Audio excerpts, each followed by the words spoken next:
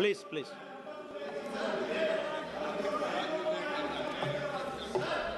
Thank you very much, sir. Please be seated.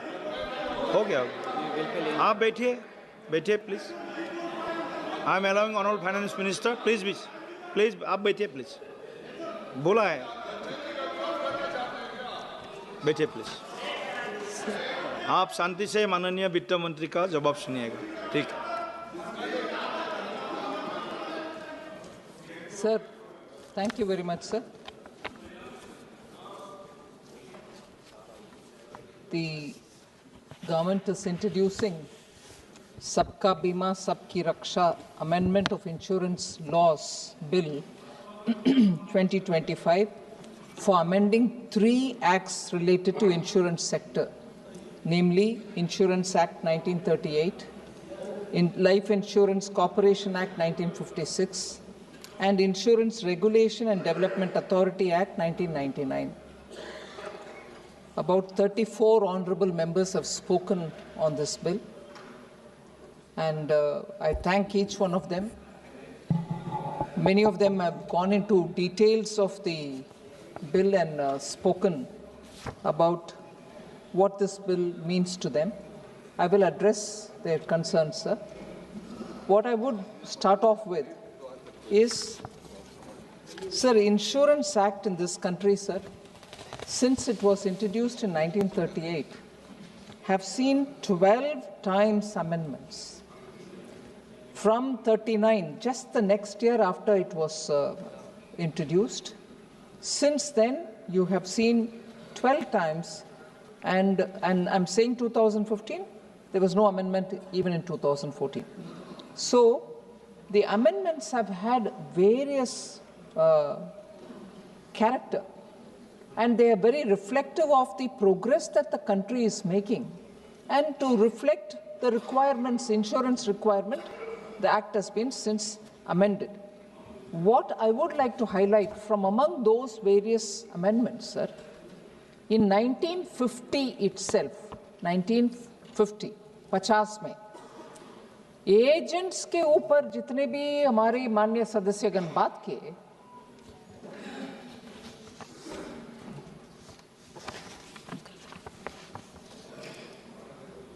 the first ever change in agents commission was made even in 1950. I'm just trying to say that according to the requirement of the society, important acts such as the insurance get amended and reflect the requirement of the period. What was the 1950 amendment, sir? I'm purposely highlighting. So what if it happened in 50, that many number of years ago? But I'm saying every government has to respond. In 1950, it will be surprising for us to know agents' commission were reduced. हमें लगता है कि हर बार वो इधर मोदी जी का government आ गए हैं, जैसे आप बहुत सारे लोग विदाउट इंफॉर्मेशन बोल देते हैं कि बड़े कॉरपोरेशंस के लिए 50 में एजेंट्स का कमीशन करने वाले मोदी जी की सरकार नहीं जी. समय के अनुसार कुछ अमेंडमेंट्स होते आते हैं. Second sir, in 1999 allowing the entry of private players in the insurance sector and FDI limit set at 26% happened in 1999. So the actual progress in every such act which has a bearing on our citizens and their lives do get amended. If this is the Insurance Act, sir, LIC Act had 8 amendments since 1957. And there were very many important features which were brought into it. One particular thing which I like to highlight, 1981, explicit power to the central government to make rules regarding service conditions of all classes of LIC employees and agents. Power was given to central government. And I'm sure there were some members, I would like to go to the records of the House to say, Nene, how can central government take away all the powers? हुआ LIC Act में. Sir, So I just want to highlight that amendments do happen, and they happen with the larger interests in our mind. But what happened since 2014?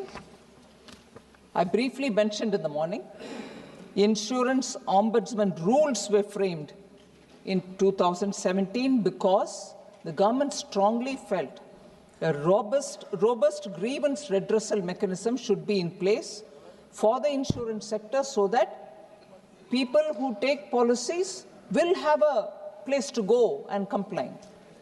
IRDAI also was established as a regulator earlier, and extensive framework for protection of policyholders was also made, and that mandated insurers to provide crucial information to policyholders at the time of policy issuance itself, and setting stricter timelines for claim settlement. This also happened after 2014, after Prime Minister Modi coming to Delhi. Several flagship insurance schemes have also been launched since 2014. I appreciate the genuine concern which many honorable members had. Common people should have insurance coverage. Will these companies which come bring that kind of a facility? First of all, once competition comes into the market, rate automatically comes down. People see which one is better, which is good for me, which one brings lower rate. Monopoly doesn't give us that advantage. And therefore, more the competition, better the rates. And with that said, sir, even then, government has, in anticipation of covering and bringing all Indian citizens into insurance coverage, introduced PM Jeevan Jyoti Yojana, Bima Yojana that is, PM Suraksha Bima Yojana, Jan Arogya Yojana, Krishi Bima Yojana. So, literally for bringing everybody into the insurance world, insurance coverage world. Schemes have been launched to a large extent backed by the government's funding, and also making sure the larger the insurance pool, the lesser will be the premium. That's been the guiding principle.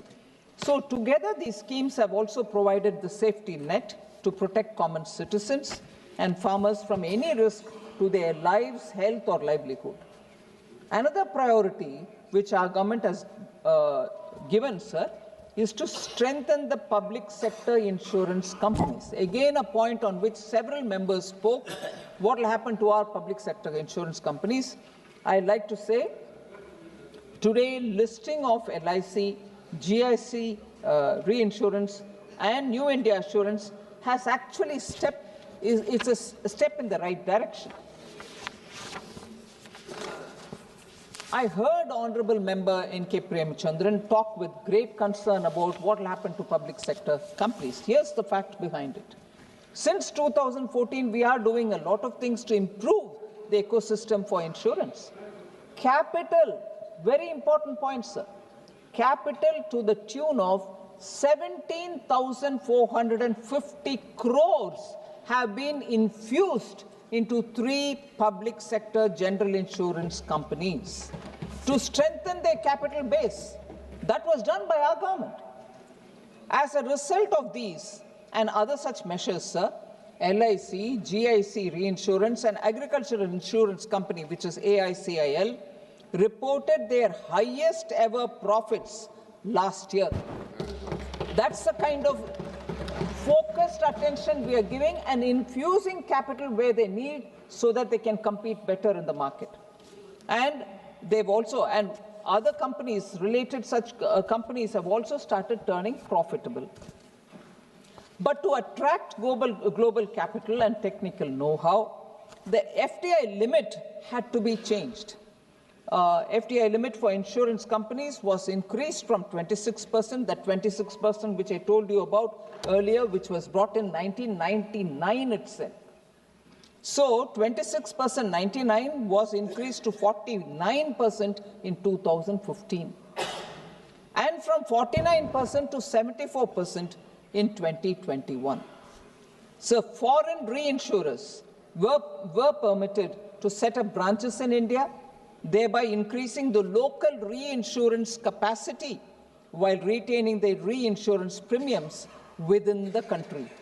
Repeatedly, I've heard several members saying, what will happen to the premiums paid by Indian citizens? Will that be taken away by the foreign companies? No. Even earlier, when foreign reinsurers were permitted to set up branch in this country, the money which has been collected as reinsurance premiums in this country are retained in this country. They are not allowed to take it out. Similarly, the FDI limit for insurance intermediaries was raised to 100% in 2019 to enable them to provide better advisory service to our citizens. So the presence and the kind of robust insurance sector environment that we've built up has resulted in positive outcomes. That is why even at the time of introduction, I did say this. Several members asked me questions about what was the number did you say? I'll repeat it for everybody's benefit. Number of insurers in 2014-15 were 53. But in 24-25, we have 74. Insurance penetration has increased close to 3.8%, whereas it was only 3.3. Insurance density, that is the average insurance premium paid per person in a year, was $55 in 2014-15. In 24-25, after 10 full years, it is $97. So total insurance premium in lakh crores was 4.15 lakh crore in 2014-15, whereas in 24-25, it's gone up to 11.93 lakh crores. So it is showing improvement, and therefore the reflective policy making. Assets under management, again in lakh of crores, is 24.20 lakh crores in 2014-15, whereas in 24-25, that's gone up to 74.43 lakh crores asset under management. Sir, FDI limits for insurance company, now 24-25, before this bill, is at 74%. Insurance intermediaries is already at 100%. So you may recall, and through you, I'd like to tell the members in the House, 56th GST Council meeting, which was held in September this year, unanimously agreed to remove GST on individual life and health insurance premium. There is now a 0% GST rate, which was earlier 18%. And in this very House, at least a year ago, you may recall, Honorable Speaker, there was so much of a debate saying, what's the GST Council doing? Why can't you bring it down? And I'm grateful to the GST नहीं, ये Council. बहुत मांग थी सदन की, और आपने इसकी मांग को माना, डिमांड थी। धन्यवाद सर। सदन की भावनाओं का आपने आदर किया। हाँ जी, थैंक यू। हाँ सर। हाँ?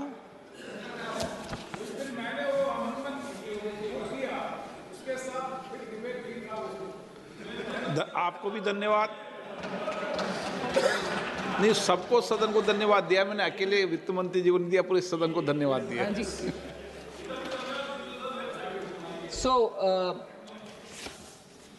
So this nil GST on individual health and life insurance is a significant tax relief, sir, that directly reduces the cost of premiums of policy holders, and the GST Council, through its instruments, are watching how it's playing out. There are, of course, comments from some people through the social media saying maybe the companies are increasing the premium, not giving the benefit, but even that is closely monitored by the GST Council and its Secretariat. So with the guidance of Honorable Prime Minister, sir, we have launched nationwide campaign, and this is an important fact that I'd like to inform the members about. Aapki Punji, Aapka Adhikar, which is your money, your right, to facilitate the settlement of unclaimed financial assets, including insurance claims, bank deposits, dividends, shares, mutual fund, and pension to the legitimate claimants. This drive was launched in October, sir, from 5th October. Almost 500 districts have had this camp. And this camp had participation of public representatives, district administrations, and also officials from the financial institutions. The insurance regulator... माननीय वित्त मंत्री जी, अपनी पूंजी अपना अधिकार जो आपने चलाया था कंपनी ने, उसमें बीमा भी थी, जमा पुराना पैसा भी था, उसके बारे में थोड़ा मेंशन कर देना। हाँ सर। ताकि माननीय संसद सदस्य अपने अपने इलाके में इस कार्यक्रम को करेंगे। Sure sir. Sir, so this campaign sir 5 अक्टूबर से चालू, 500 डिस्ट्रिक्ट्स को हमने कवर कर दिया है, और उसमें as I said public representatives, district administration and officials from the banking institutions have all participated. Insurance regulator एक बीमा भरोसा for unclaimed insurance proceeds is also happening simultaneously. Unclaimed insurance policy ko unke legitimate claimants ko, whoever is the inheritor, it has been given.